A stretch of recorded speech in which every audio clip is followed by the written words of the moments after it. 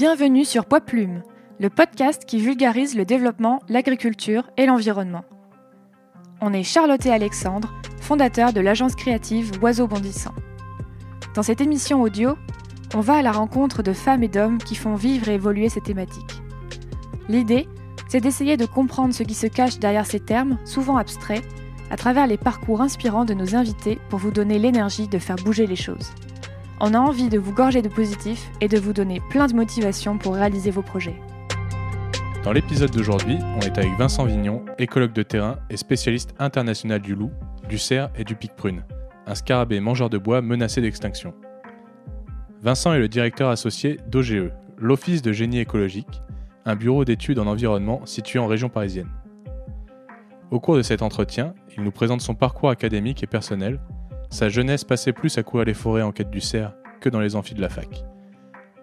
Comme il le dit, l'expertise, c'est l'expérience. Et cette expérience, il l'a acquise lors de longues années passées à observer méticuleusement la nature. C'est un éternel étudiant qui apprend toujours plus à propos de son métier, de sa passion. Son message est très positif et nous pousse à remettre en question notre vision de la nature et de l'écologie.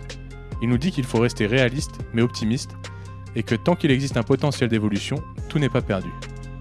C'est ce message qui nous tient le plus à cœur dans ce podcast. On l'a aussi interrogé sur la place des grands mammifères en France et en Europe, les cas du loup et du cerf, et sur les conflits qui les opposent aux forestiers, éleveurs et agriculteurs en général. Il nous parle aussi du rôle essentiel de l'agriculteur dans la conservation d'une diversité biologique animale et végétale. Enfin, Vincent nous décrit un projet idéal de reconstruction de la nature, son rêve d'y implanter des bisons, chevaux sauvages et des élans. Si ce podcast vous plaît, n'hésitez pas à vous abonner et à nous mettre 5 étoiles sur votre plateforme d'écoute, Apple Podcast, SoundCloud, Deezer ou Spotify. Ça nous motivera vraiment à vous en proposer davantage. Et maintenant, bonne écoute. Bonjour Vincent. Bonjour Alexandre. Merci beaucoup de nous accueillir dans ton bureau, à OGE, l'Office de génie écologique à Saint-Maur.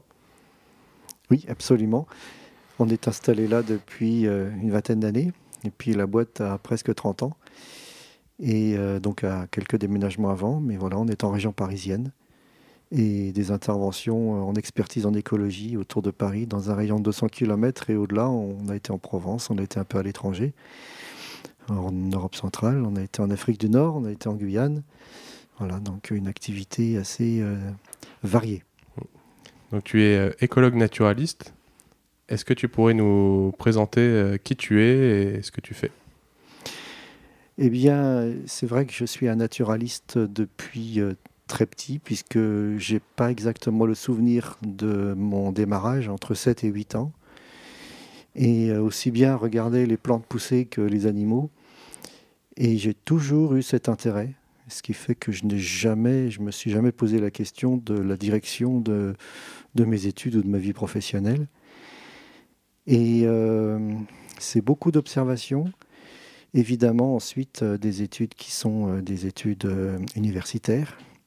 J'ai tenté les écoles, grandes écoles avec préparation, mais les maths et la physique ne suivaient pas. Donc, j'ai été inscrit en parallèle en fac, j'ai pas perdu de temps. Et je pense qu'à côté d'un diplôme universitaire qui donne toujours des bases, dans nos métiers de l'écologie de terrain, le terrain est indispensable. Et donc, là où j'ai probablement une longueur d'avance ou en tout cas beaucoup d'expérience, c'est parce que si je prends les 20 premières années d'observation, eh bien je me suis un jour mis à réaliser que j'avais passé 4 ans en forêt, c'est-à-dire un jour sur 5. Donc c'est assez monumental. Et alors c'est beaucoup de nuits aussi, c'est beaucoup de journées, mais aussi pas mal de nuits passées à dormir par terre. Et l'idée, c'est que forcément, dans une telle durée, on voit beaucoup de choses. Et l'expertise, c'est l'expérience, donc il faut connaître les espèces. Alors pendant un premier temps, pendant ces 20 ans, j'ai beaucoup regardé une espèce, le cerf. Je n'ai pas regardé que ça, mais c'était quand même très très centré, un peu monomaniaque. Alors je m'en suis guéri, surtout avec l'activité de bureau d'études où on est obligé, tenu de s'intéresser à l'expertise la plus large possible. Donc assez vite, les groupes qui sont les amphibiens, les reptiles parce qu'il y a peu d'espèces, les insectes c'est les pires. Et puis les oiseaux, bien sûr. J'avais aussi un grand intérêt pour les oiseaux. Donc voilà, beaucoup de temps sur le terrain, donc beaucoup de connaissances acquises. Puis ça permet de voir aussi, avec le recul, les paysages qui évoluent, les compositions des communautés qui évoluent. Bon, sinon, à part ça, je suis marié avec des enfants qui font des choses très différentes, qui ne sont pas dans cette passion. Peut-être que j'en ai fait un peu trop. Et ça, c'est souvent le biais des passionnés, sans doute. Et puis du point de vue de finalement ma vie professionnelle, elle est très simple, hein, des études vers la biologie. Et puis on a créé cette société Office de génie écologique il y a donc presque 30 ans. Et j'ai pas changé de boîte. Donc j'ai toujours aimé faire ça, le développer. Et finalement, j'ai même jamais passé un entretien d'embauche, qui est assez curieux. J'ai une anecdote à ce sujet.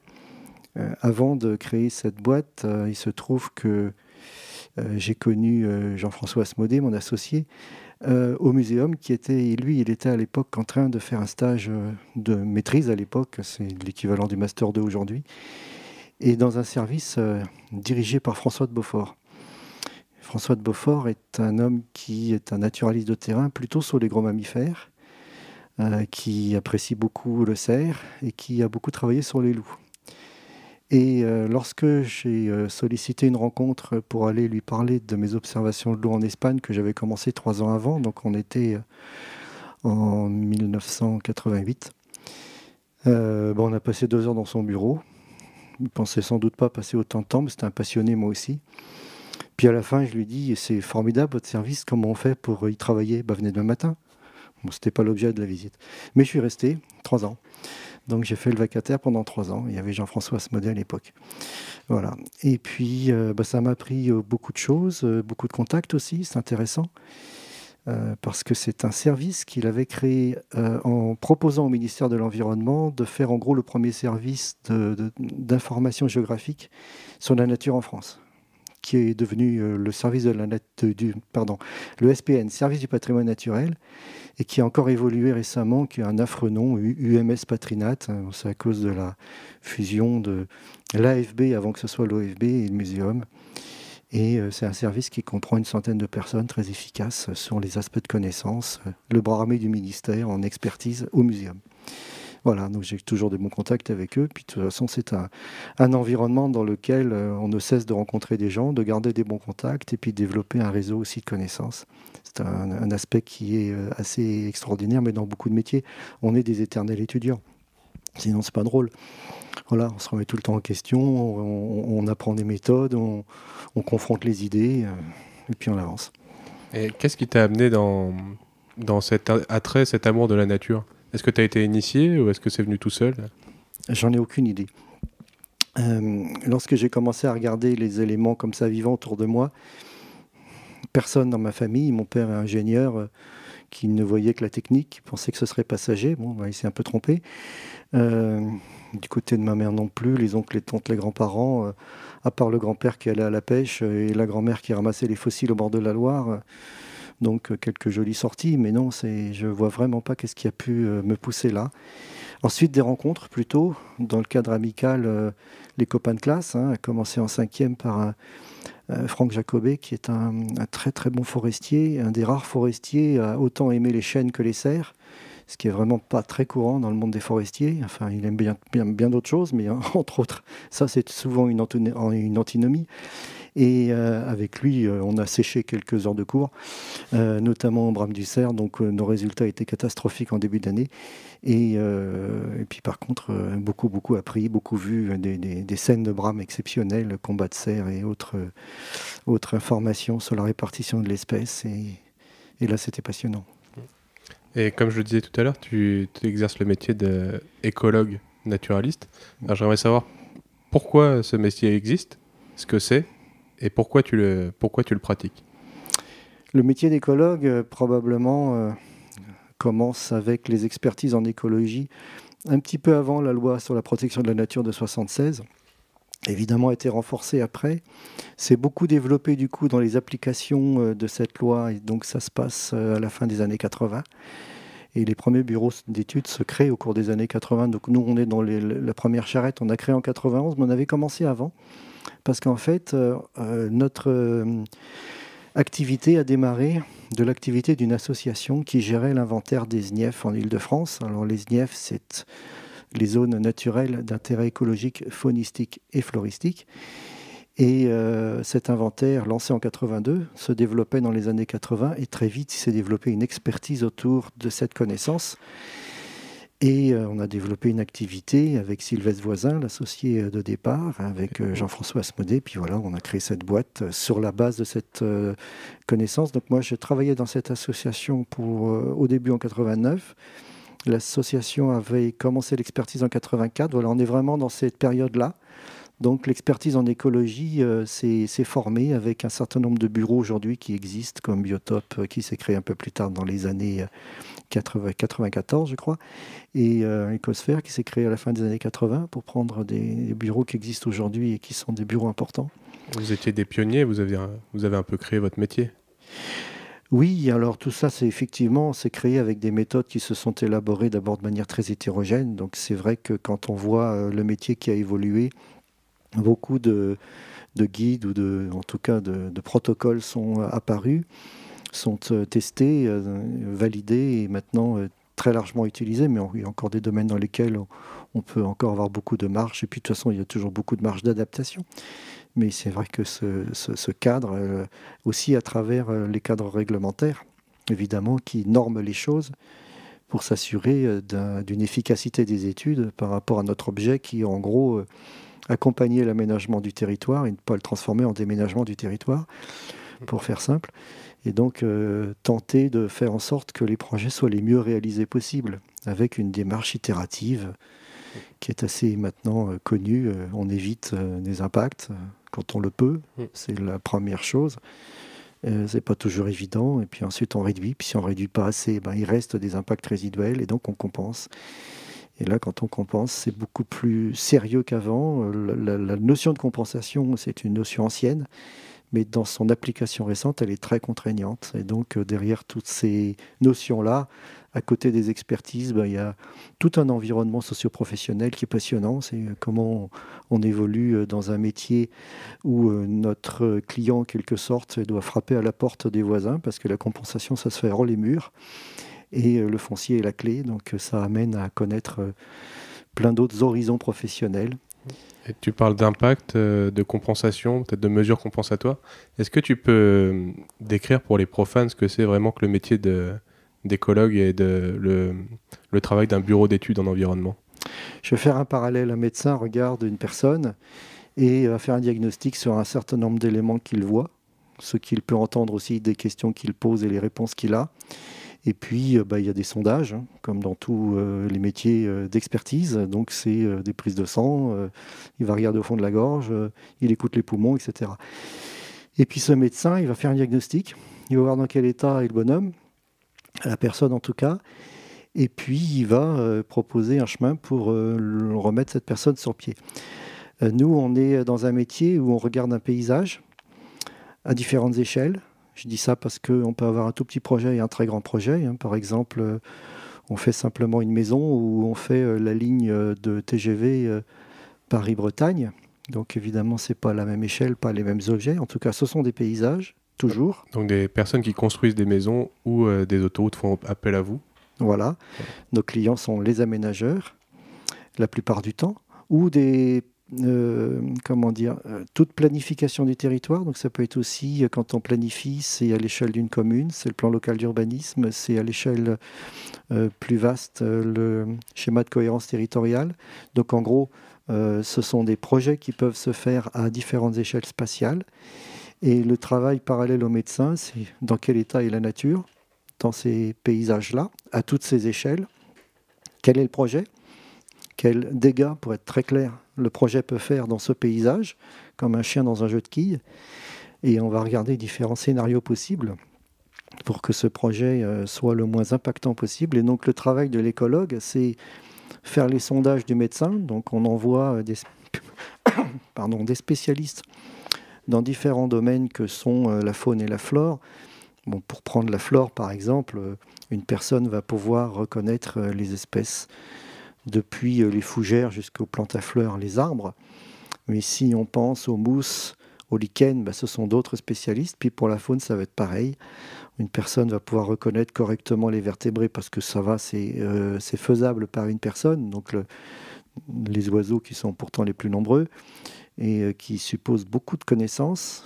Il y a les champs, il y a comment on les recherche, qu'est-ce qu'on s'attend à voir dans tel milieu naturel, à tel moment de l'année, à telle heure de la journée. Il y a les amphibiens, les reptiles, les mammifères, dont beaucoup d'espèces sont discrètes. Et puis après, ça se gâte avec les invertébrés, parce que là, on a des groupes énormes. Par exemple, parmi les insectes, les coléoptères, c'est plus de 11 000 espèces en France. Donc il n'y a personne qui connaît les 11 000 espèces d'un coup. Donc là, il y a forcément, c'est segmenté. Mais on ne regarde pas tout, parce qu'on n'est pas capable de tout regarder. Et on n'a pas non plus besoin de tout regarder, au sens où la réglementation focalise l'effort sur les espèces protégées. Et on y ajoute des espèces dites patrimoniales ou à enjeu, dont on a des listes par région. Et on fait ce travail de diagnostic, pour revenir au premier travail du médecin. Où sont les éléments clés du patrimoine naturel? Où est le patrimoine? On parle vraiment de patrimoine dans ce cas-là aussi. Je pense que c'est une notion intéressante pour le public, que l'on puisse mettre en parallèle la notion de patrimoine naturel à toute autre notion de patrimoine culturel ou patrimoine financier. Et puis, ce projet, comment il s'insère là-dedans. Et du coup, on va chercher toutes les sensibilités, on peut appeler ça enjeu écologique, et les solutions ensuite pour limiter ces impacts, les réduire, et puis si c'est nécessaire, les compenser si on ne peut pas les réduire suffisamment. Comme tu le disais tout à l'heure, ça fait plus de 40 ou 50 ans que tu parcours et que tu crapahutes dans la nature et que tu constates son état. Et j'aimerais bien que tu fasses un constat de l'environnement en France. Oui, c'est une question qui peut amener au quart d'heure des primes, donc il faut être réaliste, puis en même temps optimiste. Optimiste au sens où, pour reprendre les termes du professeur Blandin, tant qu'il y a un potentiel d'évolution, on n'a pas tout perdu. Donc ce qui est intéressant en parallèle de l'observation qui montre à quel point on perd de la nature, c'est les capacités de rebond. Et donc la capacité qu'on a à agir et à ne pas rester embourbé dans notre déprime collective, de se dire mais bon sang, tout était mieux avant. Alors évidemment, la nature, elle va pas bien.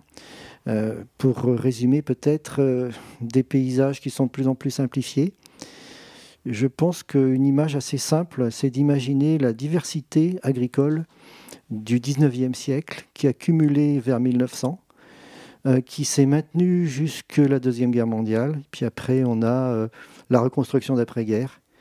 Et là, c'est le tracteur américain du plan Marshall.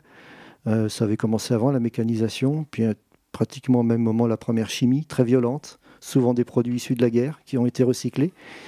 Et puis après, une chimie qui évolue, pas moins nocive, plus diversifiée, avec des actions de plus en plus incroyables, l'action génétique. Et donc, c'est vrai qu'on se retrouve avec un monde qui a vraiment beaucoup, beaucoup changé. Et il suffit, pour s'en rendre compte, de prendre sur Géoportail les photos aériennes dont on peut retrouver 60 ans d'histoire. Il suffit d'aller dans le petit onglet et remonter le temps. Et puis là, chacun peut aller regarder sa maison de vacances, l'endroit qu'il connaît, et regarder le paysage aujourd'hui. Puis 60 ans en arrière, regarder les intermédiaires. Et qu'est-ce qu'il va voir? Il va voir que les champs sont passés de petites parcelles à parcelles plus grandes lorsque c'est cultivé.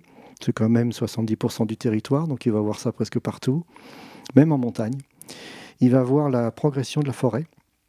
Alors, ça c'est intéressant parce que le commun des mortels voit la nature en forêt. En ce moment, il y a une affiche au cinéma qui est L'appel de la forêt, un livre bien connu. Et ça m'agace un peu, parce que l'appel de la forêt, je le traduis par l'appel de la nature. Et en sous-titre, la nature, c'est la forêt. Et non. La nature, c'est une mosaïque d'habitats dont la forêt fait partie. Et donc, 60 ans d'histoire de photo aérienne, on voit cette forêt qui s'étend, mais qui s'étend souvent sur des milieux qui étaient cultivés. Et on a plein de forêts, notamment dans la moitié sud de la France, qui vont être extrêmement intéressantes au niveau biologique, mais elles le sont. L'intérêt vient surtout parce que ce sont des reliques agricoles qui se sont boisées et qui ont par les habitats de substitution qu'avait créé l'agriculture paysanne, qui se sont maintenus dans ces espaces qui aujourd'hui se trouvent être des espaces boisés. On pourra y revenir un peu plus tard, mais je reprends donc l'ensemble des mosaïques agricoles. Donc quand on va regarder ces photos, eh bien, les bocages de l'Ouest, tout le monde sait que la Bretagne a perdu beaucoup de son bocage, mais l'Ouest en général, ça concerne des surfaces vraiment très importantes, c'est de l'ordre de 50 000 km². Est-ce que tu peux décrire ce que c'est qu'un bocage ? Le bocage est une structure agricole qui est très ancienne. En fait, l'ancienneté du bocage, il y en a plusieurs versions. Souvent, c'est ce qu'il reste de défrichements dans lesquels les premiers agriculteurs avaient laissé un certain nombre de haies, de réseaux de haies. Et ces haies très anciennes, on les identifie aujourd'hui souvent par la flore avec des espèces à très faible capacité de dispersion et qu'on retrouve toujours dans les haies. Donc ils sont des marqueurs de temps assez exceptionnels. Mais on a aussi un bocage qui s'est développé avec le code napoléonien, donc c'est beaucoup plus récent, et qui marquait simplement les limites de parcelles. Donc on a énormément de bocages qui sont aussi pas si vieux que ça, qui ont 200 ans dans de grandeur. Ça dépend quand ça s'est fait par rapport à ces premières versions du cadastre en fait. Et disons que dans ces paysages de la fin du 19e, début du 20e, les parcelles font quelques hectares à moins de 10. Et aujourd'hui, tout ça a volé en éclats avec la mécanisation, et donc on passe à des parcelles bien plus grandes, de dizaines d'hectares, voire de centaines d'hectares dans certains cas, notamment les open fields, c'est-à-dire les zones sans haies du tout, la Beauce, les Champagnes-Crayeuses. Petit problème de tout qui arrive. Et donc, on a une perte considérable du réseau de haies. Alors, c'est l'agrandissement des parcelles, la perte de linéaires de haies, la perte des connexions de ces haies. Tout ça, évidemment, tous ces éléments sont importants pour la qualité de la nature. La composition des haies a beaucoup changé, puisque les haies étaient composées de manière très diverse. Elles n'étaient pas toutes idéales, mais enfin, disons que souvent, on avait quand même une bordure herbacée, des arbustes à fleurs et à fruits, donc ça nourrit des oiseaux et beaucoup de faune. La floraison pour tout ce qui est pollinisateur, et ça nourrit énormément d'espèces. Et puis les fruits ensuite. Et puis les arbres qui sont dans ces haies, beaucoup des haies étaient composées d'arbres taillés. Et la taille des arbres, c'est intéressant parce qu'en fait, du point de vue de la propriété, le tronc était au propriétaire, les branches coupées régulièrement à l'éleveur qui les utilisait pour le fourrage des animaux, puis il regardait encore les petites baguettes, et ça, il en faisait du bois pour le feu. Tout était utilisé, bien sûr. C'est pour ça qu'on avait aussi un usage de l'espace assez fin et optimisé. Et le cycle de taille était calé en termes de périodicité, souvent au bout de fermage, donc 9 ans. Et 9 ans, c'est intéressant parce que pour beaucoup d'espèces, c'est pas trop long par rapport au fait de maîtriser la croissance des branches, et c'est suffisamment long pour faire des blessures. Résultat, ça occasionnait la formation de cavités, et ça a été le moteur de la création de cavités extrêmement efficace dans beaucoup d'arbres, au point que sur des chênes, on se retrouve avec des cavités assez importantes, hébergeant des communautés d'insectes extraordinaires en 70 ans. La même communauté dans un chêne de forêt, qui n'est pas taillé, va développer ça après 300 ans. Or, il a été coupé avant, donc on l'a perdu. Et résultat, on a plein de communautés d'insectes liés aux vieux arbres, qu'on va retrouver dans des systèmes agraires partout en Europe, mais c'est vrai dans le monde entier, et qui ont disparu dans les forêts exploitées. Donc voilà, on va en retrouver beaucoup des éléments comme ça dans l'agriculture. Encore un élément quand même des mosaïques agricoles. Le bocage, c'est donc cette structure qui est composée d'herbes, de buissons, d'arbres, d'exposition au soleil, de taille avec la formation des cavités, mais généralement il y a des bêtes, comme il y a des bêtes, il y a de l'eau, donc il y a des mares, et donc on ajoute à la mosaïque la présence de l'eau, souvent sous forme temporaire. Et là aussi c'est intéressant parce qu'une mare temporaire, c'est une écologie de mare sans poissons. Les poissons sont prédateurs d'amphibiens, donc on se retrouve évidemment avec un jeu d'acteurs qui fait que dans les mares qui ne vont pas perdre de l'eau, on aura quand même des communautés de poissons qui sont dans le paysage, dans toutes ces mares, parce que ces poissons sont déplacés par les œufs qui s'attachent aux pattes des canards notamment. Donc en fait, les poissons se déplacent très bien d'une mare à l'autre par un vecteur qui est le canard du coin ou la communauté des oiseaux d'eau. Et puis on va se retrouver avec les communautés d'espèces associées à l'eau et on va y retrouver des insectes, des amphibiens. Toutes ces espèces-là ont besoin des mosaïques d'habitat. On pense par exemple aux libellules. Le développement larvaire des libellules se fait dans l'eau, ça peut se faire dans l'année, ça peut se faire sur plusieurs années. Si c'est le cas, elle n'est pas temporaire, la mare, sinon elles n'y sont pas. Et les adultes de libellules sont des prédateurs d'insectes. Et la plupart de leurs proies sont des espèces floricoles. Du coup, on va voir aussi un lien. On va avoir ensuite des espèces qui sont dans les arbres, dont les larves vont manger du bois ou du bois décomposé dans le terreau des cavités, alors que les adultes sont floricoles. Donc, la communauté des insectes qui se nourrissent à l'état larvaire de bois aura besoin à l'état adulte de fleurs. Lorsqu'on est en forêt, d'une part, les vieux arbres ne sont plus là puisqu'ils ont été exploités. Et donc, un vieil arbre, c'est quand même quelque chose, c'est un arbre qui a plus de 300 ans. Si on pense à un chêne, la plupart des chênes sont encore là 500 ans après leur naissance. Et les plus vieux, ceux qui ont un peu de chance, dépassent 1000 ans. Et pendant plus de la moitié de sa durée de vie, il y a de la décomposition naturelle qui est un processus très complexe, qui fait intervenir beaucoup d'espèces, des champignons, des insectes. Et donc je reviens à la communauté qu'on va trouver dans les bocages.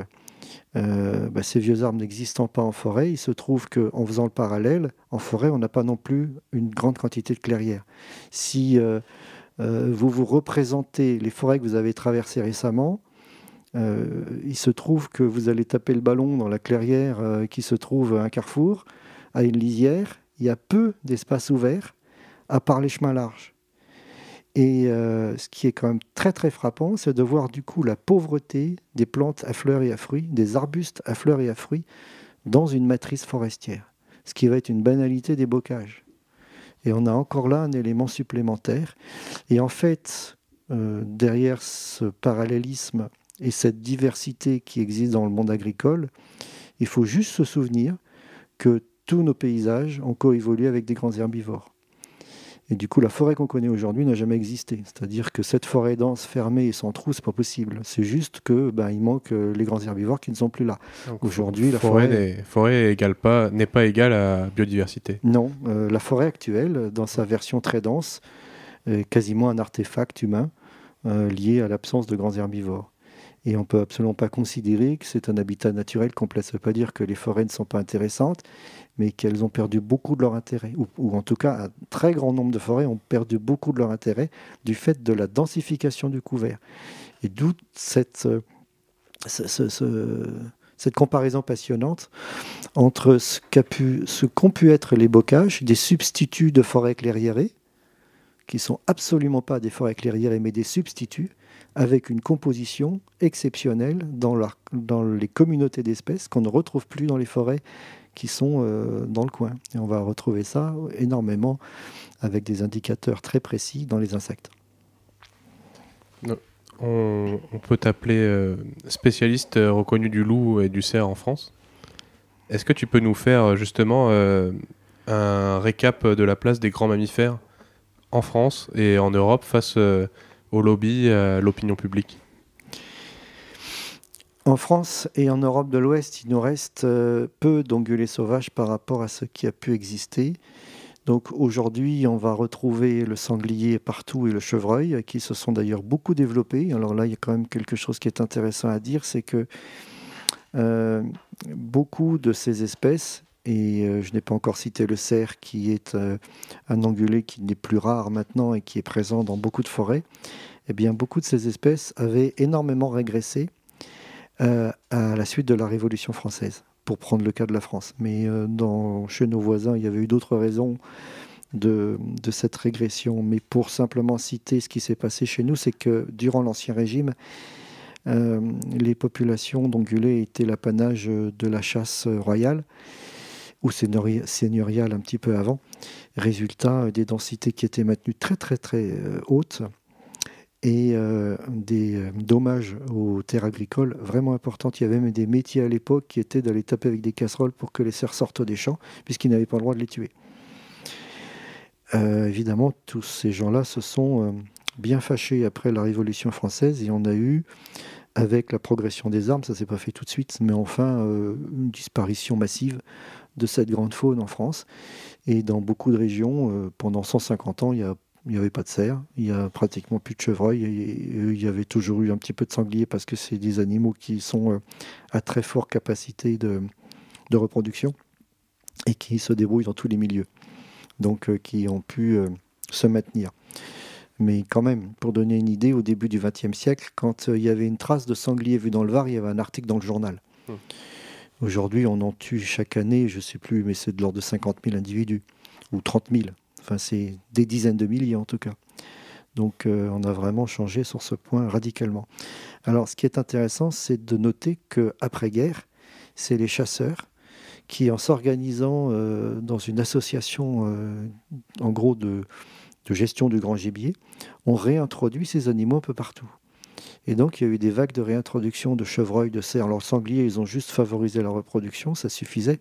Quoique après, il y a eu aussi des apports d'animaux d'Europe centrale pour avoir des bêtes plus grosses, ou de cochons pour avoir des bêtes qui grandissaient plus vite et qui produisaient plus de jeunes. Donc, il y a eu des expériences un peu fâcheuses de mélange. Heureusement, pas trop. Mais sur le cerf et le chevreuil, beaucoup de réintroduction. Et dans un premier temps, tout le monde était content. Puis quand ces animaux-là se sont mis vraiment à prendre un peu de place, c'est les forestiers qui ont commencé à trouver ça très contrariant. Parce qu'évidemment, faire du chêne, qui est une essence de lumière, dans une forêt où il y a peu de lumière, puisque le couvert forestier est devenu tellement dense que ça devient une denrée limitée, les cerfs se précipitant dans les zones à la lumière, puisque là, il y a de la végétation à manger, dont les jeunes chênes. Donc évidemment, on comprend qu'il y a un problème. Et finalement, on s'aperçoit que la densité des ongulés est régie par un certain nombre d'équilibres que vous allez retrouver dans les textes sous forme ronflante équilibre agro-sylvo-synégétique. Alors simplifiez tout de suite et vous le traduisez par équilibre économique. Comme ça, tout le monde est d'accord. Donc l'économie, c'est finalement deux acteurs qui peuvent se fâcher. Les forestiers, on peut très bien comprendre, et les agriculteurs aussi. Donc quand un champ de maïs se trouve en lisière d'une forêt où le cerf est abondant, évidemment, le maïs est un petit peu mangé. Le sanglier, c'est pareil, il va se servir. Ça peut être le cas de colza, de blé, enfin tout un tas de productions agricoles qui peuvent être évidemment très appétantes, très attractives pour ces animaux-là. Donc on se retrouve dans des conflits de gestion de l'espace, avec des espèces qui deviennent des espèces à gérer avec force de persuasion et d'intelligence pour arriver à trouver comment cheminer dans ce monde d'opposition. Souvent c'est géré par des commissions dans lesquelles la représentation des agriculteurs et des forestiers est nettement supérieure à celle des naturalistes. Et c'est le préfet qui a son dernier mot. Et peut-être encore un ingrédient, c'est que lorsqu'une population de cerfs, je prends cette espèce parce que c'est celle qui est souvent la plus pointée pour des raisons d'impact économique, quand le cerf augmente dans une forêt, souvent ce n'est pas vu, ce n'est pas compris. Les gens ne voient pas la hausse se faire. Et à un moment, tout le monde se cristallise parce que l'effectif est vraiment arrivé à un seuil économique où ça exacerbe. Et donc on a une gestion des cerfs qui a souvent été, qui continue à être en dents de scie. C'est-à-dire qu'on double une population, on fait plus que la doubler. Et puis donc convergence des mécontentements. Le préfet accepte un plan de chasse important et on réduit par 2 la population d'un coup. Donc c'est assez terrible de voir cette gestion un peu catastrophique de la nature.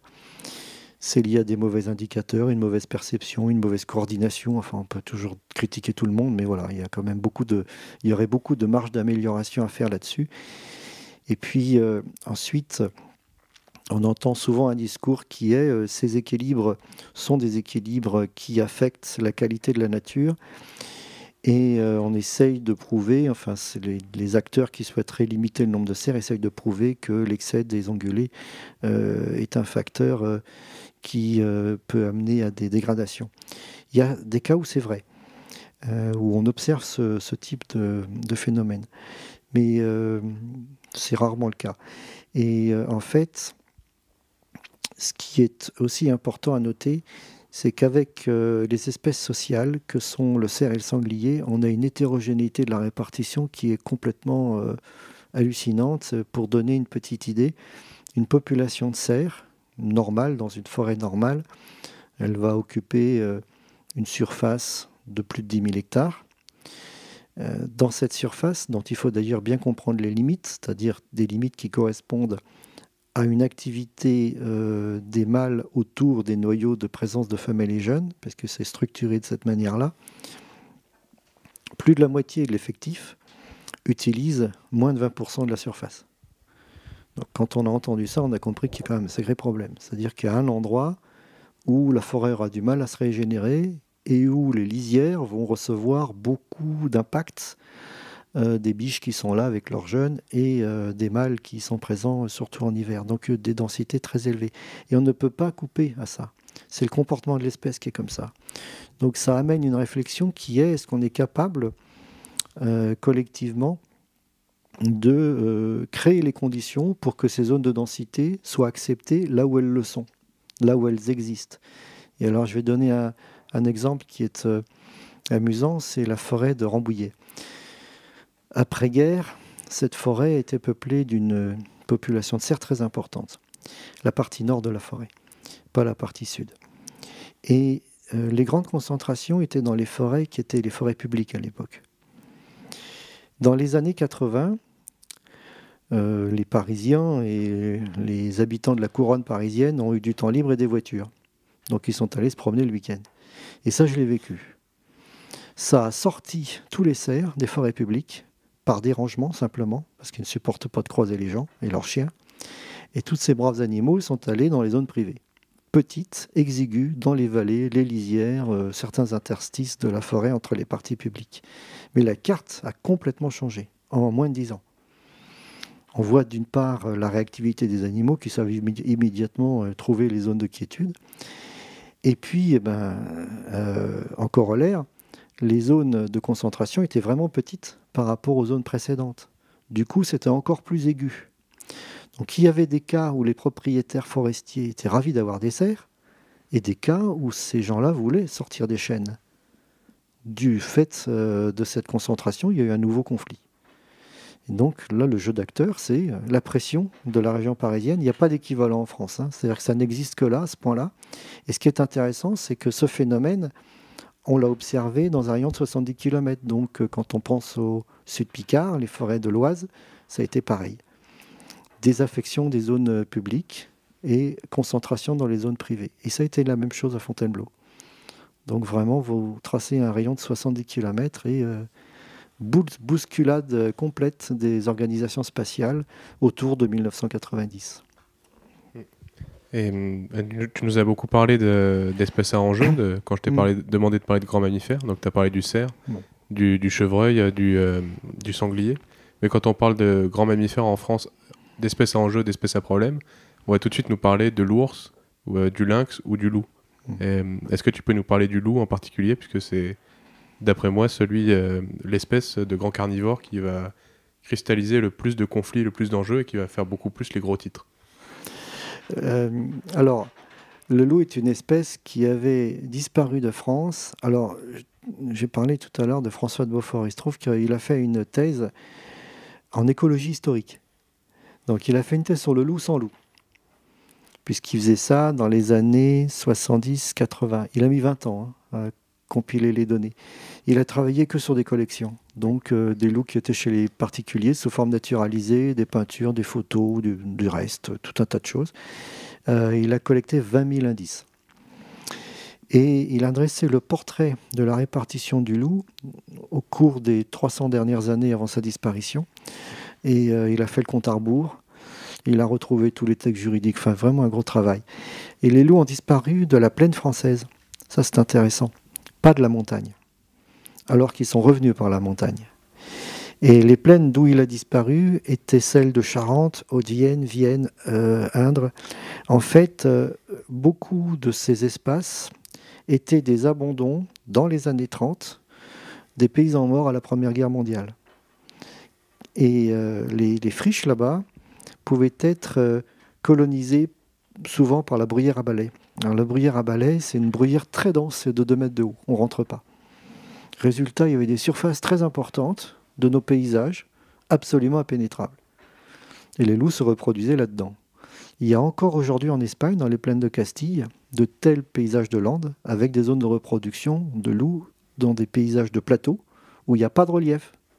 Donc on est comme à l'époque des années 30, ou des années 20 en tout cas, de la Haute-Vienne, où le terrain devrait être accessible, sauf que c'est le mur végétal. Les chiens passent, c'est tout, quoi. Et les sangliers. Et du coup, on a cette situation assez originale de cette disparition, toute dernière zone de reproduction au début des années 30. Et puis, première observation officielle en 1992 dans les Alpes. En fait, le loup était arrivé un peu avant en France, à la fin des années 80. Et ce qui est amusant aussi à ce stade, c'est que on était quelques-uns à se poser la question, parce qu'on voyait les populations de nos voisins italiens et espagnols augmenter, lesquels vont arriver chez nous les premiers. Puis moi, je pariais sur l'Espagne. Et puis c'est les Italiens qui sont arrivés les premiers. Dans les deux situations, Espagne-Italie et ailleurs, en Europe d'ailleurs, le minimum du nombre de loups avait été atteint dans les années 70, juste avant les protections nationales qui sont à peu près arrivées au même moment, en Espagne, en Italie, en France, donc la fin des années 70. Évidemment, les loups ont profité très vite de cette protection. Dès qu'on lève le couvercle, la reproduction de ces animaux est assez efficace. C'est pas comme l'ours.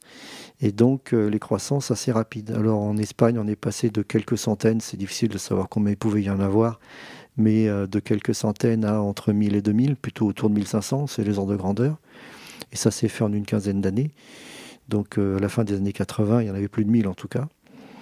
Et en Italie, c'était autour de la centaine peut-être. Pareil, on ne sait pas exactement, mais enfin, c'était pas un gros effectif. En tout cas, ils n'avaient pas disparu. Et puis, c'est monté au-dessus de 500 probablement. Quand c'est arrivé en France aujourd'hui, c'est probablement autour de 1000. Donc, on est autour peut-être de 1000 en Italie, peut-être un peu moins de 2000 en Espagne. C'est très discuté, ça pourrait être plus, peu importe, c'est l'ordre de grandeur. En France, on est autour de 500. En Europe centrale, il y en a des milliers, notamment l'arc carpatique. Et puis la Scandinavie, il est plus rare, on va le retrouver après en énorme population en Russie. Et en fait, voilà une espèce qui a recolonisé le territoire. Cette recolonisation s'est faite en France progressive depuis le centre de l'Italie. Ça a pris longtemps, parce que finalement, on se place dans les années autour de 1980, pour faire simple. Et ça avait commencé un petit peu avant. Et une dizaine d'années plus tard, des individus sont présents dans le nord de l'Italie et les premiers individus commencent à aller faire un petit tour dans les Alpes françaises.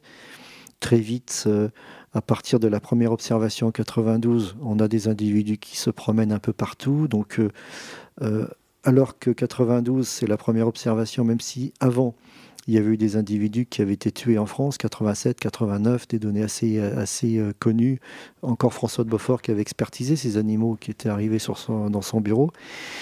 Et le premier qui sort des Alpes est vu en 94 dans les Vosges, donc il avait passé le Jura.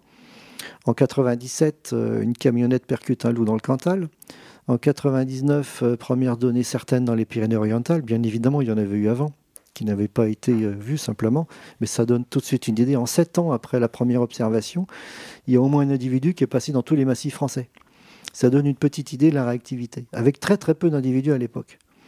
Il faut attendre 2013 pour la première reproduction dans les Vosges, alors que l'espèce se reproduisait dans les Alpes depuis 93, puisque lorsqu'ils sont vus en 92, en fait c'est assez amusant, c'est Patrick Orméa, que je connais bien, qui est un garde du parc du Mercantour, aujourd'hui à la retraite. Il était avec un chasseur, ils étaient plusieurs dans le vallon de Molière, et il faisait un comptage de chamois. Et puis dans ses jumelles, il voit 2 loups passer, il dit rien au chasseur. Et puis tous les chasseurs qui étaient là ont compté tous les chamois, et personne d'autre n'a vu ces 2 loups passer. Il n'y a que lui qui a eu le coup d'œil au bon moment, et puis qui s'est tué. Donc il a dit ça à la direction du parc. Et donc on a eu la reproduction, la première en 93. Alors évidemment, c'est une espèce qui pose des problèmes partout dans le monde. On n'est pas les seuls. Par contre, en France, on n'est pas très bon sur ce qui concerne la mise en œuvre des moyens de protection, avec une opposition d'une partie du monde de l'élevage. Il faut distinguer les éleveurs propriétaires des bergers, qui sont les employés. La plupart des éleveurs regroupés en collectif avec les organisations agricoles, qui sont des organisations très politiques, finalement n'acceptent pas le loup et puis trouvent aussi avec le loup une bonne façon de se faire entendre. Le bilan, c'est qu'aujourd'hui, on est les champions du monde en nombre de brebis tuées par les loups. On dépasse 10 000. Et on est à plus de 20 fois plus que nos voisins allemands ou que l'Amérique du Nord, dans des contextes qui pourraient être à peu près comparables, bien que les comparaisons ne soient pas toujours évidentes, mais 20 fois plus, même si ce n'est pas très comparable, on comprend qu'il y a un problème. On est vraiment, vraiment très au-dessus. Alors ça vient d'où? Ça vient du fait que, pour avoir la paix sociale, un doute, c'est un loup. Donc quand on trouve une bête tuée et qu'on ne sait pas dire si c'est un loup ou pas un loup, bah, c'est un loup, voilà. Et ça rentre dans les comptes du contribuable. Ça se rajoute à la facture et à l'agacement de tout le monde. Et en fait, on se rend compte que les moyens de protection, alors qu'ils existent depuis des millénaires, qu'on les avait perdus et que c'est jamais facile de les mettre en place et que c'est pas des machines. Les chiens de protection, c'est pas, on n'appuie pas sur un bouton et ça marche. Donc il y a une éducation, une mise en place, un suivi qui demande de l'attention. La plupart des éleveurs ou des bergers savent gérer les animaux, donc la plupart potentiellement peuvent le faire, mais s'il n'y a pas la bonne volonté, ben, ça ne marche pas. Donc on a tout un tas de discours, les moyens de protection ne marchent pas, mais enfin bon, il y a bien que chez nous que ça marche si mal. Oui, parce que donc, 20 fois supérieur oui, au taux de mortalité des pays voisins, c'est aberrant. Disons que oui, c'est aberrant parce que les moyens de protection ne sont pas là, et puis le doute est toujours mis à la charge du loup. Et est-ce qu'il n'y aurait pas aussi une corrélation avec la taille des troupeaux, peut-être des troupeaux de centaines ou de milliers de brebis et de moutons? Est-ce que c'est pas trop pour... est-ce que c'est pas ce facteur-là qui attire les attaques et qui fait qu'il y a beaucoup plus d'attaques? Le nombre de moutons, évidemment, avec les modernisations agricoles. Alors, on peut faire le parallèle avec tout un tas de productions, mais l'élevage n'y échappe pas. C'est vrai que lorsque on imagine les troupeaux d'après-guerre, la taille des troupeaux, c'est souvent en dessous de 50 individus. Peut-être certains devaient dépasser 100. Aujourd'hui, un troupeau qui fait moins de 500, c'est pas très courant. Et les excès, les maximums, je viens de dire excès, c'est au-dessus de 3000. Donc on est souvent dans des troupeaux de 1000 et plus. Alors évidemment, on ne garde pas 1000 moutons de la même manière que moins de 100, ou en tout cas moins de 50. Le nombre de chiens à mettre est en correspondance à l'effectif, mais si les chiens sont trop nombreux, ils finissent par avoir des comportements de meute et sont moins efficaces. Ça, c'est aussi un mécanisme lié aux chiens.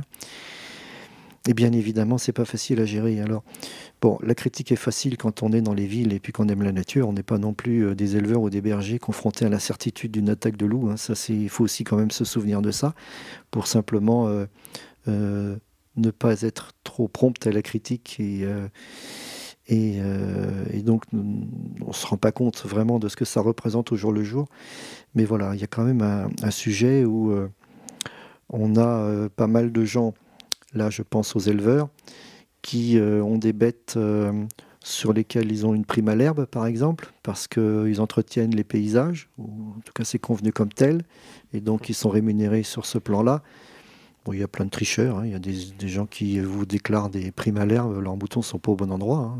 Ils les ont, mais ils ne sont pas au bon endroit, mais ils touchent la prime quand même. Mais il n'y a pas que chez nous, en Espagne c'est pareil, hein. Ils font aussi ce genre de plaisanterie. Après, il y a évidemment cette mauvaise garderie qui fait que ça coûte une fortune, puisqu'il y a beaucoup d'animaux qui se font tuer alors qu'ils ne devraient pas l'être. Il y a l'incertitude qui est payée, et on n'arrive pas, il est absolument impossible avec les organisations agricoles de faire admettre l'éco-conditionnalité, c'est-à-dire de ne rembourser, de ne payer que si les gens font un effort. Ah non. Non. Donc, et puis ça va même plus loin, c'est-à-dire que les bons élèves qui font un effort ne sont pas soutenus par les organisations agricoles qui sont contre. Donc ils sont mis au banc des autres éleveurs. Et c'est extrêmement difficile. Il y a des gens très très courageux qui jouent le jeu de la prédation, ne sont pas forcément pour le loup d'ailleurs au passage. Mais ils considèrent qu'il faut faire ça. Et ils ne sont pas soutenus, voire au contraire, ils sont descendus par leurs voisins. Donc ça, c'est complètement dingue. On a une désinformation très importante. Le reportage télé qui montre ce problème depuis 20 ans est toujours le même. Un éleveur qui pleure devant ses brebis mises en pièces détachées par un loup, c'est moche, mais c'est vendeur. Mais aller analyser le mécanisme, jamais. Je n'ai jamais entendu la moindre parcelle d'analyse du phénomène. Et c'est toujours le même reportage flashy. depuis 20 ans. Bon, on ne va pas découvrir que les médias ne sont pas forcément passionnants quand on veut rechercher de l'information. Et quel est son rôle au loup dans notre écosystème? Est-ce qu'il est indispensable? Bien sûr que les loups ne sont pas indispensables, sinon la nature se serait arrêtée pendant les 70 ans d'absence. Et puis le nombre d'espèces qui nous manquent, heureusement que la nature a ce potentiel d'évolution que je rappelais, un terme de Patrick Blandin. Les loups, c'est un prédateur important. C'est un prédateur qui a surtout tendance à écrêter les hautes densités. C'est-à-dire qu'en fait, souvent, il y a des images simplificatrices qui présentent le loup comme le super prédateur qui est capable de gérer absolument l'abondance des ongulés. Il faut comprendre que l'abondance des ongulés, elle est gérée en premier par les disponibilités alimentaires. Se rajoutent les rigueurs climatiques. Donc en montagne, ils se prennent les difficultés de l'hiver. Et puis les prédateurs, finalement, ça coiffe tout ça. Et les loups tout seuls ne maîtriseraient pas des démographies de cerfs et de chevreuils et de sangliers. Par contre, dès qu'il y a une densité plus élevée à un endroit qu'à un autre, il y a une opportunité de chasse plus importante, et là, ils s'y concentrent. Et là, ils vont écrêter la haute densité. Donc, il faut comprendre qu'en fait, on a un jeu d'acteurs dans lequel les espèces qui sont en jeu sont à des niveaux de densité vraiment très bas par rapport à ce qu'ils devraient être si on ne les contraignait pas. Donc le loup fait partie de ces acteurs intéressants. Disons que du point de vue des mécanismes, encore une fois, sans le loup, la nature a continué à tourner. Alors évidemment, les chasseurs font le travail de régulation, mais je pense que ce qui est important de noter, c'est que ce travail de régulation maintient les populations à des effectifs qui sont bien inférieurs à ce que nous produirait la nature si on n'avait pas ces systèmes humains de régulation, donc de la chasse. Et puis le loup, bien sûr, est aussi une espèce qui va contribuer à éliminer des bêtes faciles à attraper. Mais de temps en temps, un cerf bien portant dans une mauvaise situation, il se fait aussi attraper. Donc il ne faut pas non plus avoir une image d'Épinal du loup qui va systématiquement attraper les vieillards et les malades. C'est pas vrai. Ou les jeunes. C'est en partie vrai. Voilà, donc simplement pour équilibrer les choses par rapport à cette espèce-là. Maintenant, il y a des systèmes naturels dont on ne peut plus avoir l'idée en France, qui sont assez exceptionnels, comme le Yellowstone, qui est un cas extrêmement connu en Amérique du Nord. Le loup y a été réintroduit, d'ailleurs, il a été réintroduit à peu près au moment où les populations se redéveloppant à partir des États plus au nord, recolonisaient aussi le Yellowstone. Donc à la limite, ils n'auraient pas fait la réintroduction, ils en auraient eu quand même. Le loup avait été éliminé dans les années 30. Et cette élimination avait provoqué de grands chamboulements par l'explosion des wapitis et des élans. Et les wapitis et les élans avaient, entre autres, parce qu'ils apprécient beaucoup, consommé les saules des forêts riveraines. Les castors avaient été complètement anéantis par cette ressource qui avait disparu. Donc augmentation des élans et des wapitis, diminution de la ressource ligneuse, quasi-extinction du castor. Ça veut dire que tous les systèmes de barrage qu'ils avaient créés ont disparu. Donc toutes les zones humides que les castors avaient générées ont disparu. Alors ça a été mesuré au niveau vertébré. Les Américains ont fait des suivis très importants. Par contre, pas au niveau invertébré. Donc on peut imaginer les dégâts au niveau de la faune piscicole aussi. Quand je pense invertébré, je pensais à l'eau, mais je pense évidemment aussi aux poissons qui devaient vivre avec, mais toute la faune aquatique. Et quand le loup est revenu, ils ont évidemment bien diminué les élans et les wapitis qui étaient là en haute densité, donc ils ont écrêté la haute densité. Ils ont fait leur boulot de prédateurs. Les saules se sont redéveloppés le long des ripisylves, les castors se sont réinstallés et les zones humides sont revenues. Alors, ce qui serait intéressant, mais là, je crois qu'il n'y a pas les données, c'est est-ce qu'il y a des invertébrés qui n'ont pas résisté à la période de disparition et qui a duré quand même un certain temps. Mais voilà, c'est des ordres de grandeur. Le Yellowstone, c'est immense. Je n'ai pas la surface en tête, mais évidemment, dans nos paysages européens, et je ne pense pas qu'à la France, il y a du monde partout. Donc, on n'a jamais des paysages où on a une naturalité disons, importante sur des surfaces suffisantes pour que s'expriment ces jeux d'acteurs à cette échelle-là. Pour comprendre aussi les échelles, tout à l'heure, je disais qu'une population de cerfs, c'est normalement 10 000 hectares et plus. Une meute de loups, c'est 100 à 300 km². Et la suivante a une surface à peu près équivalente, elle s'empiète un petit peu. De temps en temps, il y a une meute qui va pouvoir vivre avec plus de ressources sur moins de 100 km². Mais dans d'autres régions, ça va être encore plus grand. Or, une meute, ce n'est pas une population. Donc, si on est à l'échelle de population de loups, on imagine tout de suite les surfaces en jeu. Bon, évidemment, on a du monde partout, des routes, des équipements, etc. Donc, on est dans des situations en Europe où cet exercice, disons, de la naturalité à l'échelle des loups n'est pas tellement envisageable. Ça n'empêche pas que ce soit une espèce fantastique à avoir sur notre territoire et qui joue un rôle malgré cette fragmentation et cette présence d'habitats transformés partout.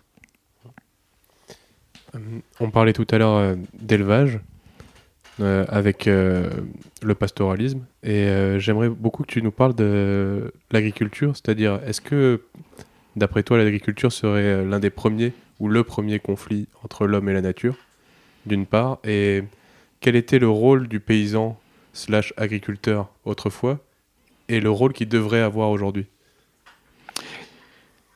L'histoire de l'agriculture, c'est vraiment complexe et l'histoire de la relation entre le patrimoine biologique, la transformation des paysages et donc le rôle de l'agriculture, il y a beaucoup de débats. Peut-être qu'un des premiers débats, c'est finalement quel a été le rôle des grands herbivores au dernier retrait glaciaire, alors que les hommes étaient de plus en plus nombreux, qu'avant le néolithique, ils s'étaient déjà équipés de pas mal de moyens pour lutter contre les grands herbivores, et que luttant contre eux, finalement, et faisant baisser cette faune, diminuant cette faune de manière drastique, l'image d'Épinal veut que la forêt a conquis la Gaule. Alors c'est pas tout à fait juste, c'est une forêt qui était clairiérée, mais le débat porte sur les clairières finalement. C'était des grands trous, des petits trous, il y en avait plein, il n'y en avait pas beaucoup. Et derrière cette question-là, c'est vraiment important, c'est toute la notion de mosaïque forestière, avec des habitats intraforestiers de landes et de pelouses ou de prairies intraforestières.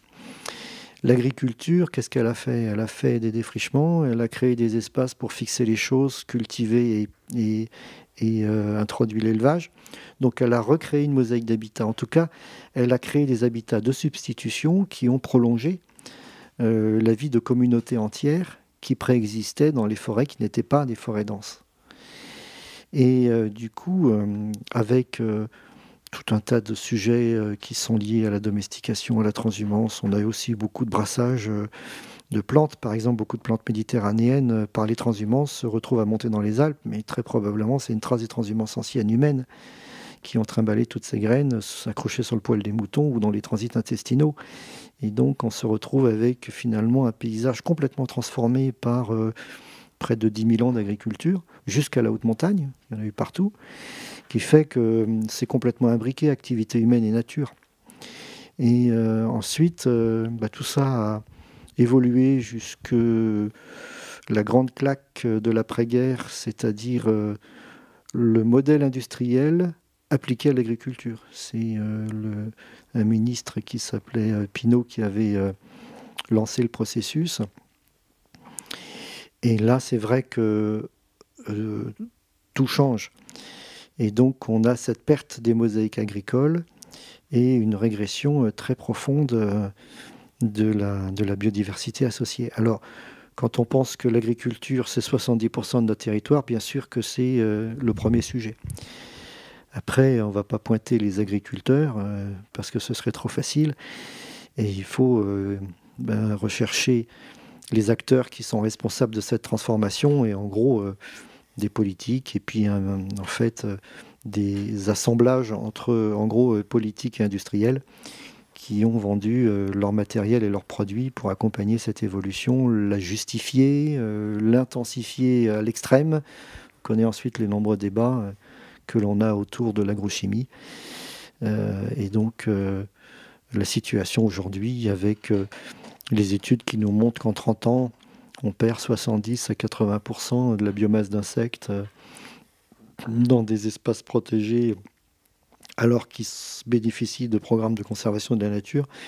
Ça montre tout le lien qu'il y a avec les paysages et l'impact majeur que l'on est en train de vivre. On le voit au niveau des oiseaux communs. Quand on imagine que les tourneaux sansonnets, qui étaient une banalité, commencent à rentrer dans les espèces vulnérables, on se dit mais où on va? Donc on a des pertes vraiment monumentales. Encore une fois, en évitant la déprime totale, tout ça est en partie réversible. Je ne sais pas si j'ai répondu correctement. J'aimerais bien que tu précises un petit peu le rôle que pouvait avoir le paysan, dans sa façon d'exercer son métier pour stimuler la biodiversité. Et aussi, tout à l'heure, là, tu viens de parler de beaucoup de choses qu'on ne fait plus. Et qu'est-ce qu'on pourrait refaire? Quelles sont les activités que pourrait reprendre le paysan pour stimuler cette activité biologique? L'agriculture traditionnelle, c'est donc des mosaïques de paysages, des mosaïques d'habitats qui étaient générées par des pratiques. Et les paysans, qu'est-ce qu'ils faisaient? D'abord, il y avait souvent une polyculture élevage. Donc, il y avait des cultures sur des surfaces relativement petites et de l'élevage avec le maintien de prairies qui n'étaient pas, engraissées comme elles le sont aujourd'hui avec des produits pour qu'on ait une herbe qui pousse vite et de manière dense pour nourrir les bêtes qui, d'ailleurs, étant sélectionnées, ne sont plus capables de consommer des végétations qui ne soient pas très simplifiées. Et donc le paysan à l'époque, il entretient des prairies par la fauche aussi, parce que la fauche, ça lui permet de stocker de l'herbe pour passer l'hiver. Et faisant cela, il génère des habitats très différents. Les habitats de prairies de fauche et de prairies pâturées ne sont pas les mêmes. Les compositions floristiques, les espèces associées. Et on avait des trésors biologiques dans ces paysages-là. Il entretient aussi des mares, il entretient des fossés, donc c'est des réseaux de zones humides. En général, à ces époques-là, pas de drainage, donc beaucoup plus d'eau qu'aujourd'hui. On n'imagine pas non plus, l'étendue des zones humides perdues, c'est quelque chose de très important. Et puis la taille des arbres, la greffe aussi. Toutes les productions liées à l'arbre, que ce soit des arbres taillés pour récupérer les branches et un jour le tronc, et puis toute la production de fruits, avec des tailles qui ont souvent été assez expérimentales. Forcément, tout est expérimental dans ces domaines-là, même si les méthodes sont parfois très anciennes et se sont énormément affinées. Mais quand on pense aux greffes d'arbres, les greffes ont changé. Et celles qui étaient pratiquées il y a encore une centaine d'années, beaucoup généraient des arbres à cavité. Et avec une vitesse d'évolution un peu comparable à la taille des arbres en tétard. C'est-à-dire qu'en un peu moins de 100 ans, entre 50 et 100 ans, on aboutit à des arbres qui ont des cavités importantes et qui sont le refuge d'énormément d'espèces d'oiseaux, d'insectes, de champignons, enfin des amphibiens même qui montent dans les arbres, par l'intérieur des arbres, dans les cavités. On retrouve des tritons à 2 mètres de haut dans le terreau des cavités qui croisent des gros coléoptères sous forme de larves, un crapaud. C'est assez incroyable tout ce qui peut se retrouver dans ces arbres-là. Et tout ça, c'est une mosaïque imbriquée absolument étonnante. Et c'était complètement fait de main d'homme, hein. Donc c'est ça qui est intéressant. Et donc on a une perte de pratiques traditionnelles qui, peut-être sans le vouloir, par tradition, permettait de stimuler la biodiversité. Après, il faut toujours se rappeler qu'on est dans un monde évidemment dirigé par l'économie. C'est pas qu'on cherche le profit tout le temps, mais la paysannerie qui a permis cette diversité des paysages correspond aussi à une époque où il y avait de la main-d'œuvre. Donc aujourd'hui, quand on voit le coût de la production agricole et le fait qu'on a maintenant un agriculteur qui n'est plus un paysan et qui, avec sa machinerie et son arsenal, va gérer des surfaces très importantes, on ne gère plus du tout les arbres. Donc la grande difficulté des bocages aujourd'hui, après avoir perdu beaucoup de réseaux de haies, de connectivité et d'intérêt dans les haies par le fait des remembrements, de toute façon n'est plus entretenu. Donc on a un problème majeur qui est que la taille des arbres qui était pratiquée par un paysan qui montait au bout de son échelle et faisait ça avec la hache et après avec la tronçonneuse, c'est fini. Même si tout simplement on regarde le code du travail, un agriculteur qui est un employeur, s'il envoie son employé aller couper les branches d'un arbre alors qu'il est tout seul sur son échelle, il n'a pas le droit. Donc il faut une nacelle. Une nacelle, c'est un équipement qu'ils n'ont pas Donc autant dire que c'est fini, complètement fini. Donc il y a toujours un vieux paysan quelque part qui fait ça à ses risques et périls parce que ce sont ses arbres et puis qu'il a connu son père, mais ils sont de moins en moins nombreux dans les paysages. Donc il y a eu quelques réflexions, enfin pas quelques réflexions, pas mal, mais c'est pas facile, de retrouver des modèles économiques qui recherchent des moyens un peu standardisés d'aller couper ces arbres avec des moyens techniques qui permettent d'en abattre des linéaires. Enfin, quand je dis abattre, c'est pas au sens d'abattre les arbres, mais c'est de les tailler, c'est de les traiter. Et avec une mise en commun de matériel dans les cumats agricoles, par exemple, qui sont des mises en commun, pour aboutir à une filière qui produit du bois à faire de la plaquette pour l'énergie, tout en entretenant des arbres têtards. Je ne crois pas qu'il y ait déjà un modèle qui fonctionne bien, mais voilà, ça a été exploré, c'est encore à explorer. La difficulté financière, c'est l'accès aux parcelles. C'est-à-dire que quand c'est au bord de la route, tout va bien. Quand c'est au fond d'une parcelle humide, c'est beaucoup plus compliqué. Et donc, ça veut dire beaucoup plus cher. Et la plupart du temps, pas rentable. Donc, on ne le fait pas. Donc, il faut trouver des modèles économiques pour arriver à retrouver un intérêt et de pouvoir restaurer ces arbres. Après, il existe des méthodes beaucoup plus artificielles qui permettent de prolonger la vie des cavités, mais c'est valable dans des espaces conservatoires. Ça se traduit par, on peut créer des boîtes en bois qui reproduisent des cavités d'arbres, recréer des terreaux artificiels. Ils sont colonisés par les espèces, ça a été testé. On est d'ailleurs en train de recommencer une première expérience de 10 ans qui a été faite par un collègue suédois. Enfin, ça peut être fait que dans des mouchoirs de poche à titre conservatoire. Et la réalité, ce serait qu'on retrouve des moyens économiques pour le faire sur des surfaces importantes. Parce qu'aujourd'hui, tout ce paysage est encore présent, à l'état de fragment, mais bon, il ne sera plus là dans une centaine d'années. Autre sujet, aujourd'hui, il y a des gens, il y a des jeunes, des lycéens qui ont envie de se lancer dans le monde de l'environnement, de devenir professionnels ou amateurs, et en tout cas de peut-être savoir reconnaître les oiseaux ou d'autres espèces. Quels conseils est-ce que tu leur donnerais sur les compétences qu'ils devraient développer, les études qu'ils pourraient faire, des types d'expériences?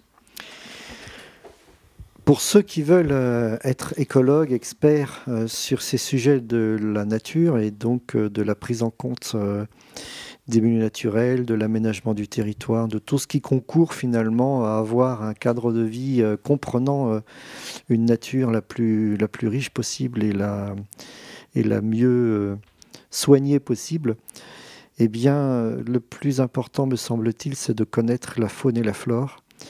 Et comme je ne crois pas qu'il existe un diplôme qui soit un diplôme de naturaliste, bien qu'il y existe un diplôme de botaniste universitaire qui se fait sous forme de stage, très bien encadré, dans plusieurs régions françaises, à plusieurs époques de l'année. Donc au niveau botaniste, il existe des choses. Au niveau faunistique, enfin, sur disons, l'identification de la diversité de ce qui est espèce animale invertébrée et vertébrée,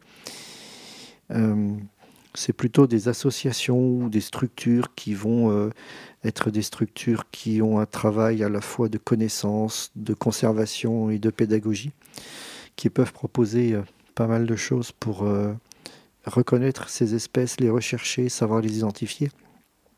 Ce que j'aurais tendance à dire, c'est que je pense qu'il faut une double formation qui est rechercher il y a quand même beaucoup de BTS qui se sont créés ces dernières années, BTS GPN, gestion, protection de la nature, qui sont assez professionnalisants, qui sont déjà des formations intéressantes.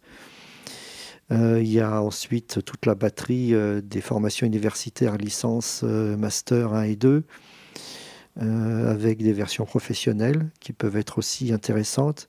Et je pense qu'il faut y associer la connaissance naturaliste, donc y associer le diplôme universitaire de botaniste ou les sorties nature faites avec des associations.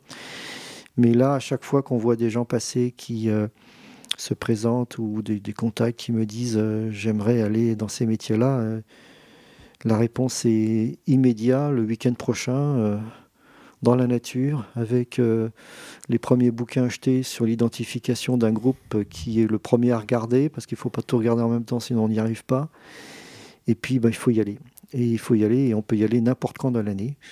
Il Évidemment, on voit plus de choses au printemps qu'en hiver, mais même en hiver, il y a les trucs à voir. Donc là, si vraiment il y a la motivation, il faut y aller très très vite. Alors pourquoi il faut ne pas tarder?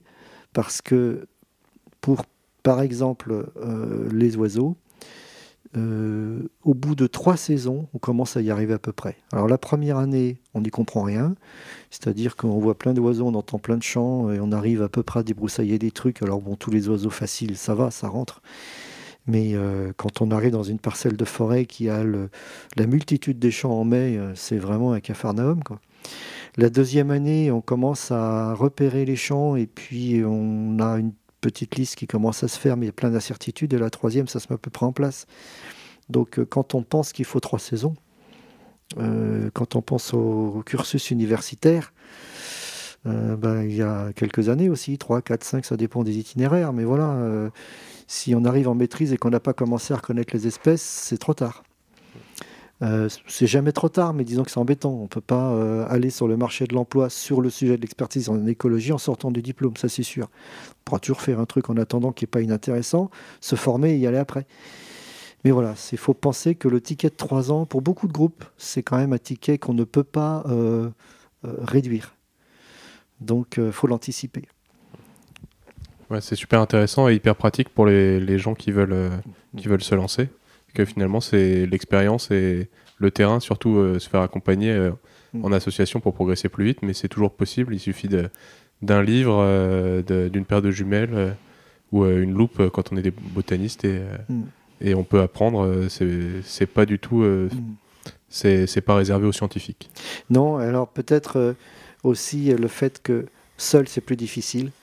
Donc il faut chercher à le faire en groupe, que ce soit une bande d'amis qui ont la même idée, la même envie, et puis sinon les associations, parce qu'elles sont quand même assez nombreuses, et c'est beaucoup plus stimulant, et puis on apprend tellement plus vite avec les autres. Maintenant, on a aussi la chance aujourd'hui d'avoir Internet, donc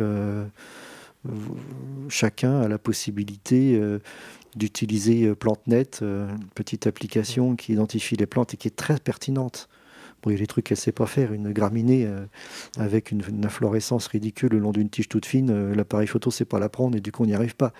Mais beaucoup d'espèces sont accessibles comme ça et ça permet d'apprendre. Les chants d'oiseaux, c'est incroyable la disponibilité qu'il y a sur Internet, donc on arrive à trouver l'information. Enfin, ça permet d'aller beaucoup plus vite. Mais il y a un travail personnel d'apprentissage qui prend du temps et puis c'est un perpétuel. Moi-même qui pourtant ai beaucoup d'habitude, j'en apprends tout le temps. Tout le temps au contact des autres, en voyant un truc que j'avais jamais vu. C'est une mine sans arrêt, quoi. Si tu pouvais décrire une reconstruction idéale de la nature, qu'est-ce que ce serait? Mon projet rêve, en fait. Alors, exactement. On prend un bocage, j'aime bien les bocages, avec des bons arbres à cavité qui ont été soignés par des générations d'agriculteurs et pas trop léminés par les remembrements. On choisit un bocage qui ne vaut plus un clou au niveau financier, parce que bon, la terre est ingrate, elle est trop mouillée, on ne peut pas en faire du blé, sinon ça aurait déjà été fait d'ailleurs. On prend une surface relativement grande, qui n'est pas coupée par une route. Et puis, dans ce paysage-là, après avoir mis une clôture, ça c'est pas idéal parce qu'on cloisonne. Donc au niveau des continuités écologiques, c'est pas forcément idéal, c'est même pas idéal du tout, mais enfin bon, pas trop le choix. On met des grands herbivores.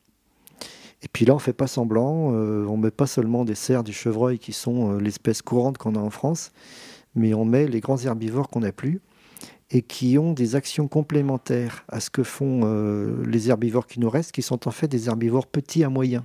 On n'a plus de grands herbivores. Le cerf est un herbivore moyen. Et donc, on va mettre des bisons. On va prendre des chevaux. Alors, il y a plusieurs possibilités. Et là, on passe pratiquement que par des races très proches du sauvage, donc le tarpan. Mais on peut aussi mettre du Przewalski. Enfin, c'est quand même un petit peu plus marginal en France. Mais disons, le tarpan, c'est une bonne espèce. Et le bison d'Europe, évidemment. Et le bison d'Europe, ah oui, pas le bison d'Amérique, c'est sûr. Et puis, si on est très culotté et qu'on a mis des grandes clôtures, on met des élans, parce qu'il y en avait partout. absolument partout. Et les élans ne sont pas que dans l'image d'Épinal, les pieds dans l'eau et la tête au fond de l'eau à prendre les algues. C'est des animaux qui existent depuis les contrées du Nord jusqu'à des semi-déserts en Asie centrale. Donc l'élan, il était partout. Donc c'est un animal qui va être plutôt sur les ligneux. Alors pourquoi on va mettre une communauté d'herbivores? Parce que chacun a sa stratégie alimentaire de prélèvement et de digestion. Et du coup, on va créer une diversité extraordinaire. Si on pense au cerf, quand il pâture dans une prairie, il va prendre 3 feuilles, alors qu'une vache ou un bison, il va faire un trou. Et le trou, c'est un puits de lumière pour des espèces qui ne peuvent pas se développer sans ce puits de lumière. Et puis en plus, elle va le faire exprès dans des plantes qui sont plutôt recouvrantes et sociales. Les brachypodes, les molinies, des plantes que ne vont pas pratiquement jamais toucher un cerf ou un chevreuil. Donc les préférences alimentaires sont moindres chez les très grosses espèces, plus cet effet mécanique. Puis après, si on met des chevaux à côté des bovins, les chevaux, ils sont très collectifs. Donc ils font des gazons sur des dizaines de mètres carrés, puis à côté, ils ne touchent pas. Résultat, on va avoir de tout. On va avoir les trous des vaches dans les végétations denses. On va avoir l'effet des cerfs sur les semi-ligneux, les élans sur les ligneux, les chevaux qui font des surfaces rases à côté de surfaces délaissées. Et quand on imagine que la diversité des insectes est liée à la diversité des structures et des communautés, les papillons, le nombre d'espèces végétales, mais les orthoptères, le nombre de structures. Les orthoptères, ce sont les criquets et les sauterelles. Donc ces espèces-là, elles vont apprécier les coulées des animaux qui, convergeant sur les mêmes endroits, vont laisser des plages de terre nue. Évidemment, il y a des mares donc qui vont se bouger sur les bords, ça fait des petites vasières. Les espèces d'orthoptères de ces espaces-là, même si ça fait quelques mètres carrés, elles y font des petites populations qui se maintiennent, et en réseau parce que ça ne se fait pas qu'à un endroit.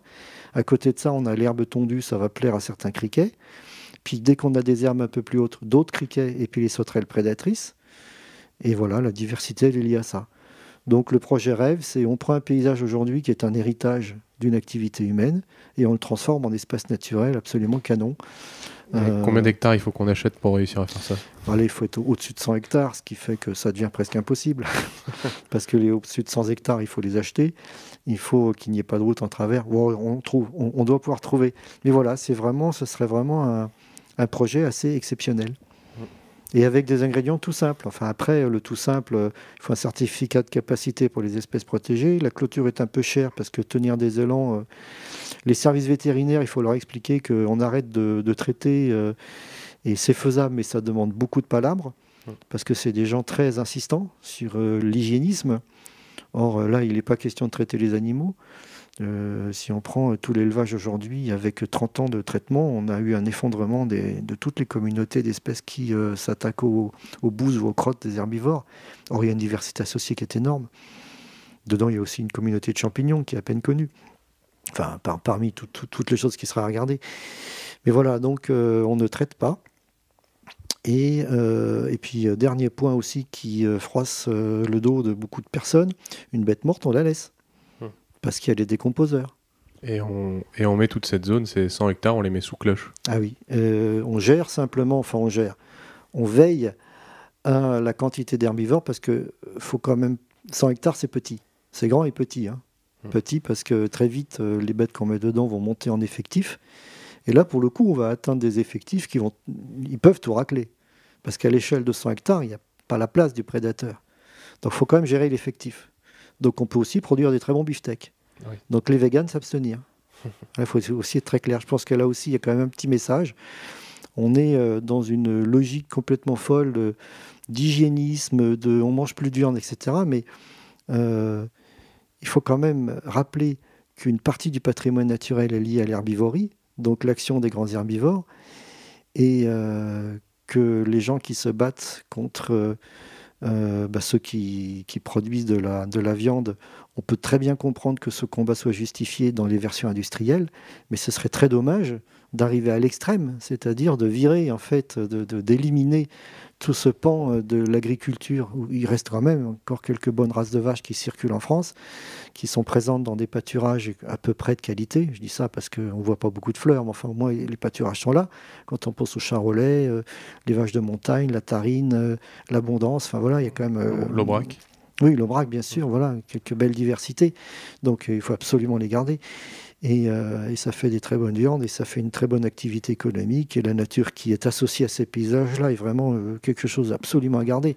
Donc ouais, c'est juste pour remettre un peu les pendules à l'heure parce que parfois on entend des choses un peu trop extrêmes. Donc les conseils, le projet. Est-ce que tu pourrais nous faire une recommandation culturelle ? Alors, j'ai en tête un auteur qui a beaucoup été lu de naturalistes qui apprécient les mammifères et les espèces absolument introuvables, invisibles, c'est-à-dire les grands carnivores, donc les ours, les loups, les lynx. C'est Robert Hénard, qui est un naturaliste qui a beaucoup circulé en Europe dans les années 30-40, évidemment beaucoup plus après. Ce monsieur est décédé en 99, d'ailleurs au moment de la tempête de 99, il était suisse. Et il a traduit ses observations de plusieurs manières, de la peinture, des gravures et des textes. Et il était un peu philosophe sur les bords. Donc c'est des textes superbes où il décrit de manière assez poétique ses observations. Puis il y a plusieurs styles, c'est-à-dire qui va depuis l'approche philosophique finalement, dans quel monde on vit, quelle folie de détruire la nature. Il disait par exemple, en détruisant la nature, on détruit mon infini. Et puis à côté de ça, des textes rigoureux, quasi scientifiques, de description des espèces et de leur comportement. Et comme il a passé beaucoup de temps, mais il a vu beaucoup de choses. Donc il y a beaucoup de choses qu'il a écrites qui sont toujours intéressantes à lire aujourd'hui, dans une version très naturaliste, c'est-à-dire contemplative et en même temps rigoureuse. Est-ce qu'il est encore possible de retrouver ces livres ? Oui, bien sûr. L'éditeur, c'est Jacques S, H-E-2-S-E. Il est toujours là, Jacques S. Et puis, de toute façon, c'est une production majeure qui a donné beaucoup d'ouvrages qui sont encore trouvables, qui sont encore édités. Et puis, ces œuvres se trouvent aussi, au moins pour les voir, parce qu'elles sont un peu chères à l'achat, vu la notoriété de l'auteur. Mais voilà, oui, bien sûr, on peut retrouver ça. Maintenant, est-ce que tu peux nous suggérer le prochain invité du podcast ? Alors, j'aime bien un groupe de travail auquel je suis associé sur les grands herbivores. Et donc, peut-être deux personnes qui seraient très riches, avec des approches bien complémentaires. François Moutou, qui a une vie de vétérinaire sur la faune sauvage, avec une vision très complète en France et en Europe, et plus large même, à l'échelle mondiale. Et puis Thierry Lecomte, qui est le premier à avoir mis en place du pâturage en France pour de la conservation de la nature. Et donc, il y a plus de 40 ans d'expérience, presque 50 je pense. Il a commencé dans le Marais Vernier, où il a acquis un premier terrain, puis il y est toujours. Et il y a une association qui tourne, et alors il a un recul fantastique sur tout ce qui peut toucher à la qualité biologique des espaces pâturés, l'histoire des pratiques, les diversités associées. Et comme c'est un excellent écologue, eh ben, il s'intéresse absolument à tout ce qu'il peut rencontrer. Donc il a, dans ses premières expériences, fait ressortir des plantes qui avaient plus été vues depuis 100 ans en Normandie, puisque les herbivores ont fait leur boulot de restauration. Mais il est allé regarder les insectes associés, les coprophages, les champignons, et puis tous ces habitats qui se transforment. Et enfin, pour terminer, si tu avais la possibilité de parler au toi qui avait 16 ans, qu'est-ce que tu lui dirais ? Alors quand j'avais 16 ans, j'étais déjà naturaliste complètement passionné. La chose à laquelle je pense, c'est que j'étais dans ma période très focalisée sur le cerf. Et donc une ouverture qui était absolument pas là sur le reste de la faune et de la flore. Et d'ailleurs, c'est assez étonnant parce que je me souviens d'avoir vu beaucoup de paysages qui ont disparu, mais dans lesquels finalement j'ai très peu de souvenirs d'autre chose que d'avoir cherché du cerf. Voilà. Donc, petit Vincent, reste ouvert. C'est ça. Élargissez n'ayez pas d'œillères.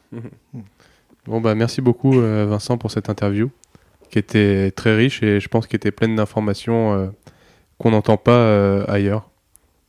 Ou alors dans la presse spécialisée ou après beaucoup de recherches. Bonne poursuite des interviews. Ouais.